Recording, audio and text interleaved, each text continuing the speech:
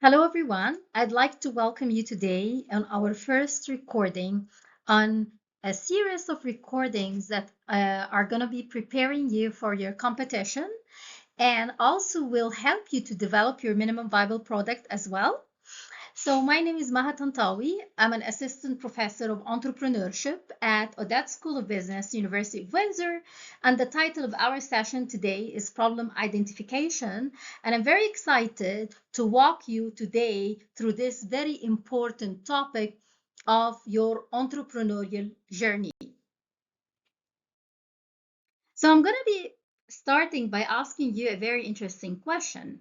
How many of you who is listening to this recording have ever thought about having an idea, a very creative idea for a product or a service that you want to come up with, and you think it is a very creative idea and it can potentially turn into a very innovative product or service that people or your target customers are going to fall in love with and ultimately buy?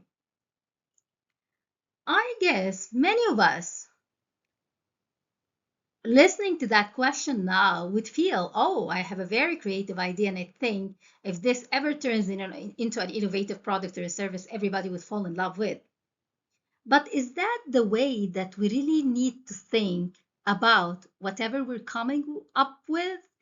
Do we really need to focus on idea generation and generating creative ideas that would turn into awesome, amazing, and innovative products and service? Or do we really need to focus and think about the problem that we are trying to solve and identify? So again, should we really focus on problem identification or idea generation?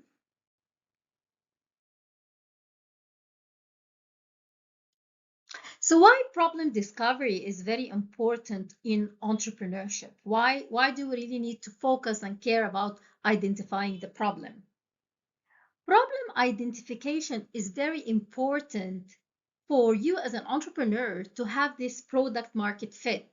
Because at the end of the day, you want to come up with a value proposition, a unique value proposition that would address a problem, a pain, a gain, a need that your target customer wants. So, and that's why we say customers don't really buy products. Customers don't really care about buying your product and paying money for you to have profit. Customers buy solutions to problems. And that's why problem identification is important, because you want to have this nice, smooth product market fit. Here is the product market fit that I was talking to you about right now. As you can see, some of you may be aware of this business model canvas with the 9 components here. What we are looking for is to have this nice product market fit between the value proposition and our customer segment. So we want to ensure that whatever solution we are offering is addressing a problem, a need, a pain, or a gain that our potential customers are dealing with. Otherwise, customers will not really buy your solution, and you will not be able to generate any revenues, and you will not be able to make ultimately any profit. Because at the end of the day, particularly if you're talking about a for-profit startup, or even if you're talking about kind of a social enterprise, your ultimate goal is that you're offering a value proposition that your customers really value and really are in need for. And that's why I will relate that to our discussion about problem identification, that we care about problem identification rather than idea generation. And that's what I meant by when I earlier discussed whether we really want to focus on generating creative ideas or identifying problems and coming up with a solution and developing a minimum viable product that will address that problem. So problem discovery is an essential component of the customer discovery process. And that's why we say that we focus on problem identification. What do we mean by customer discovery? Oh, customer discovery I guess you can understand what it means from the terminologies we're using here.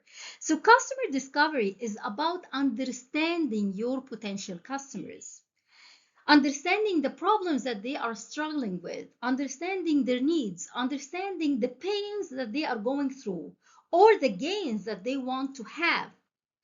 How can you understand your customers? What do you need to do? You cannot really understand your customer while you're staying inside the building or thinking that you have a very creative idea that all people will fall in love with.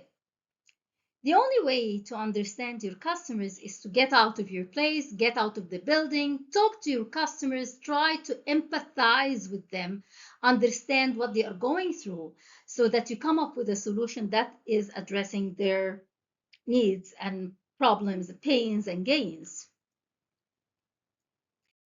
Okay, so we have agreed now that problem discovery is a part of the customer discovery process. And the customer discovery is one component of the customer development process. So, what the customer development process is about? The customer development process starts with customer discovery. And that means from the terminologies here that you're defining your product vision or your solution here. And then you're talking to your customers, try to understand the problems that they're going through, their pains, the gains that they are hoping to accomplish. And based on that, you're going to be developing your solution and minimum viable product. And that is exactly what you're going to be doing in that competition, developing a minimum viable product. After developing a minimum viable product, you want to validate it with a greater number of customers. So you talk to a certain number, but you want to validate it with a bigger number of customers to ensure that this minimum viable product that is basically your solution is addressing the problem that your customers are having. And so potentially they're going to buy it. So in customer validation, you are testing with a greater number of customers, preparing a sales plan and accomplishing initial sales. And then you're having customer creation. You're creating your customers, okay, and then you're building your company at the end. So after customer validation, we have the customer creation, where you as an entrepreneur is going to include a heavy marketing campaign, and then finally you're going to end up with your company building, hopefully. So that means transitions from temporary and search mode to operational mode. So what are the core components of your problem discovery? You're going to state a hypothesis. Like, for example, I assume that customers are going to buy my very tasty lemonade or whatever solution that you're having for $2, for example. So you're going to state any hypothesis here. There is no particular hypothesis depending on your solution. After you're going to state your hypothesis, as we have said, you want to discover your customers, and that's part of the problem identification. So what do you need to do? You need to go out of the building and talk to your customers. How are you going to talk to your customers? You need to be designing interviews. You need to be having focus groups. You need to be conducting surveys, in-depth interviews, right? You need to be conducting different experiments, because what do you want to do at the end? You want to understand your customers and capture their insights in order to come up with a solution that is addressing a problem that they have.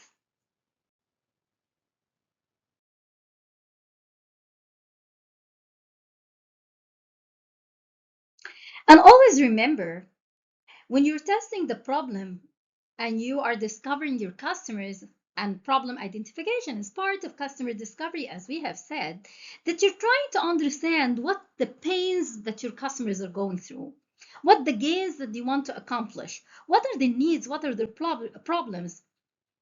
For example, if you want to come up with an app that would shorten the waiting time at the ER in the hospitals in Canada, you want to understand the pains that the patients are going through when they go to the ER room and they wait for 7 to 8 hours. So, what are the pains that they have?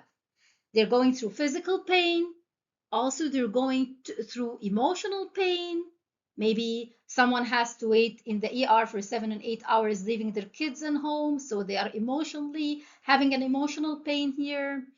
They're having a physical pain, but they are in pain because they are in pain and they're waiting at the ER room for 7 to 8 hours.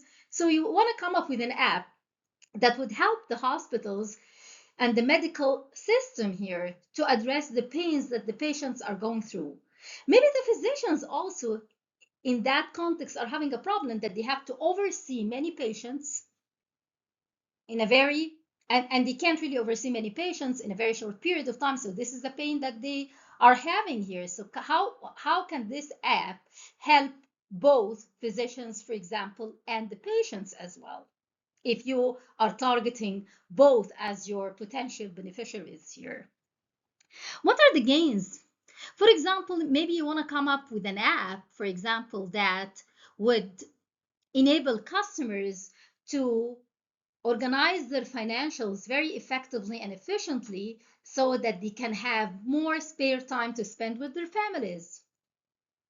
Or you want to come up with a place, for example, or a solution that would make families entertain together and spend some quality family time together. It doesn't have to be an app, by the way. So I'm giving an app as an example, but it doesn't have always be to be like a technological kind of a solution here. So we in that recording, we have talked about problem discovery in general. We didn't really specify it to AI because problem discovery is problem in discovery. Whether you're using AI, whether you're not using AI, it is an essential component of the customer discovery process that is part of the customer development process, and that is an important component of your entrepreneurial journey. So problem discovery is not only associated with AI. But what about having a quick overview? How can we relate problem discovery using AI? It is not different at all, but we're trying here to kind of relate it to AI by one slide finally. But at the end, problem discovery is problem discovery. Again, even when you're using AI to develop your minimum viable product and you are going through the problem discovery, as we have said, you need to understand your customers, understand their pain points, observe the users, conduct experiments, conduct surveys, whatever. And then you want to validate your market, as we have said, by customer validation, explore evidence of demand or inefficiency. For AI, number 3 is specific here because you need to assess whether the data exists and AI can generate value or not. And then you want to scale it for social relevance. These are the references that I use. And at the end, by that, we have come to the end of this recording. I hope that you'll find it useful and you've enjoyed it. And we will be having a series of other recordings that will help you, as I told you before. And for now, I'll let you go, and I hope that you've enjoyed this session. Thank you.